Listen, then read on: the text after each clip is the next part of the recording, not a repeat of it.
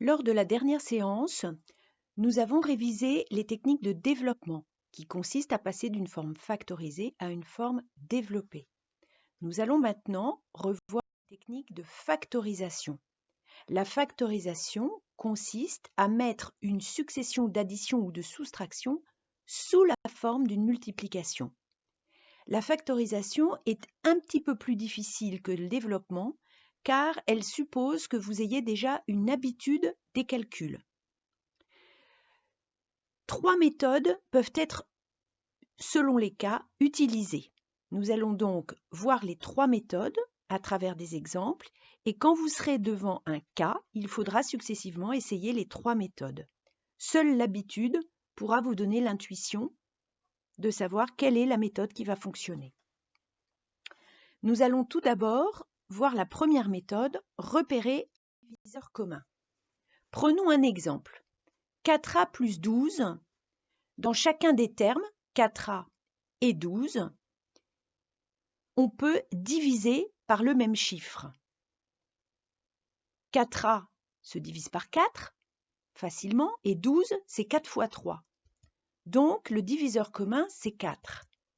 Et je peux dire que 4a plus 12 est égal à 4 fois a plus 4 fois 3, c'est-à-dire 12. Deuxième technique, isoler un facteur commun puis simplifier.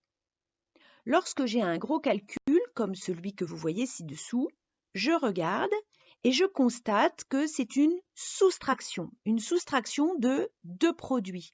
Dans le premier produit, j'ai a-2 qui est multiplié par a plus 4.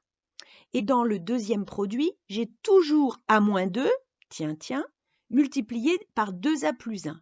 Je constate qu'il y a un facteur commun. Ce facteur, c'est cette parenthèse a-2. Donc, je vais l'isoler et dans un second terme, donc je vais reprendre mon égalité, donc la ligne du haut est égale à a-2 que je multiplie d'abord par a plus 4. Puis moins, soustraction, à nouveau a-2 multiplié par 2a plus 1. Donc j'ai utilisé un gros crochet pour mettre mon second terme. Et maintenant, il ne me reste plus qu'à simplifier ce second terme, le a plus 4 moins 2a plus 1. Donc, j'enlève les crochets, a plus 4 reste comme ça, le moins signale qu'on va appliquer exactement le contraire de tout ce qui est dans la parenthèse 2a plus 1, donc 2a devient moins 2a et plus 1 devient moins 1. Et maintenant, je simplifie, donc ça va toujours être a-2, facteur de, et là j'ai 4 moins 1 donnera 3, et a moins 2a va donner moins a. Donc j'ai bien a-2, facteur de moins a, la résultante de a moins 2a, plus 3, la résultante de 4 moins 1. Et j'ai bien, à partir de la première ligne qui était une soustraction de deux multiplications, obtenu à la dernière ligne une multiplication de une soustraction plus une addition. Donc, j'ai bien factorisé. Nous allons passer maintenant à la troisième technique qui consiste à reconnaître une identité remarquable. Les identités remarquables sont au nombre de 3. Inutile de les apprendre par cœur, c'est la pratique qui vous les apprendra. Et sinon, à chaque fois sur un petit brouillon, vous refaites a plus b au carré, a moins b au carré ou a plus b facteur de a moins b. Si je les développe manuellement, a plus b au carré, ça donne a plus b fois a plus b. En développant selon la technique du chapitre précédent, on obtient que c'est égal à a au carré plus b au carré plus 2ab. De la même façon, a moins b au carré, c'est la somme de a au carré plus b au carré, ça ne change pas. Par contre, le double produit, moins 2ab, est négatif. Et enfin, a plus b facteur de a moins b est égal à la différence des deux carrés, a carré moins b carré.